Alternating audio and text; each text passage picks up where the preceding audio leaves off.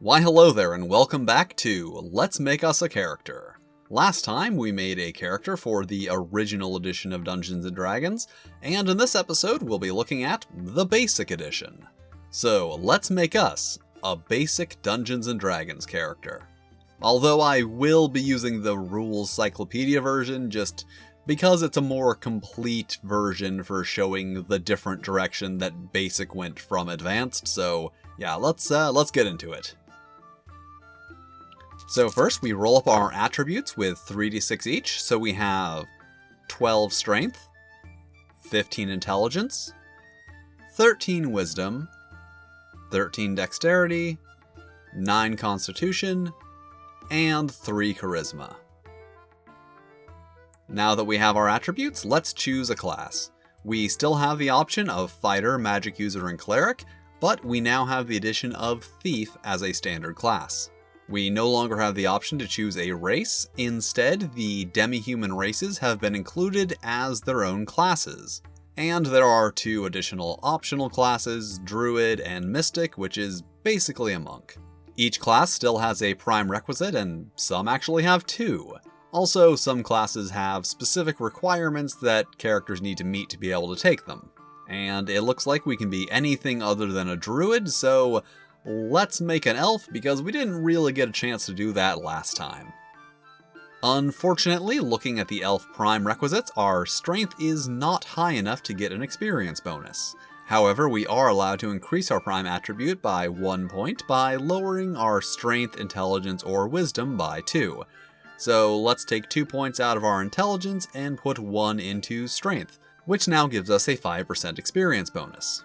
But let's jump ahead a little bit and talk about the ability score adjustments, because we're actually going to need them in some of the next steps. Each attribute now has a modifier, which I will run down real quick. Strength modifies melee attacks and damage, as well as attempts to open doors. Intelligence grants a number of additional languages, so by default, characters start knowing Common and their alignment's language, which I guess means we have to choose our alignment. And then as an elf, we get access to Elf, Gnoll, Hobgoblin, and Orc. And our intelligence modifier of +1 gives us 1 more, so let's say Pixie. Wisdom modifies our saving throws versus spells. Dexterity modifies our armor class and missile attacks. Constitution modifies the number of hit points gained per hit die. And Charisma modifies how much people like our character, which is not very much apparently. Now we roll our hit points, and for an elf we use a d6 and 2. That is not great, and since we have no Constitution modifier, 2 hit points. Then it's time to go shopping, but first we need to roll up our starting gold, and 80. We'll pick up a longbow so that we can keep our 2 hit points very far away from the monsters, a short sword just in case, and some leather armor because we need to save some gold for other adventuring essentials. Then we total up all of our equipment, once again in coin weight, and our movement speed is 30 or 90 feet per round, depending on what we're doing with them. Our leather armor gives us an AC of 7, but our +1 dexterity modifier reduces that to 6, because lower is better in the early editions. Then we get our attack rolls, and we could either copy all of the 2-hit values from the table, or just list our Thaco, or 2-hit armor class 0, which is much more convenient. Basically, Thaco can be used in one of 2 ways, either subtract the armor class from Thaco to determine the roll required to hit a target of that armor class, or subtract the attack roll from your Thaco to determine the lowest armor class that roll can hit. So for example, if we roll a 14, we can hit a target with an armor class of 5 or higher. Next we determine our saving throws, which we just get from our class saving throws table.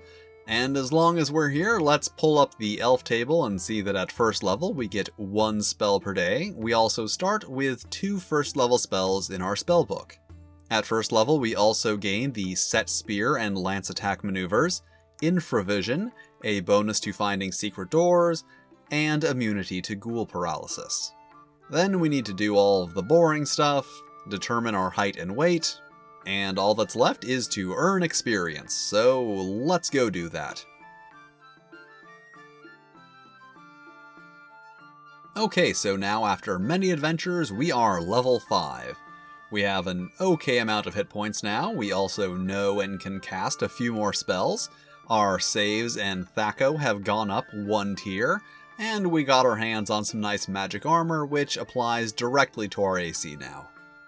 And that was a basic Dungeons & Dragons character, still retaining a lot of the feel of the original edition, but just much more refined. The big notable thing here is really having the demi-human races being changed to classes, which is an interesting way to fix the way they were kind of poorly and confusingly handled in the original edition.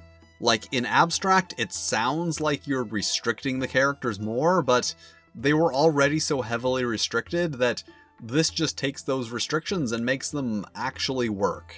And just, in general, it's kind of an interesting idea, and honestly one that I wouldn't be against seeing in more modern games.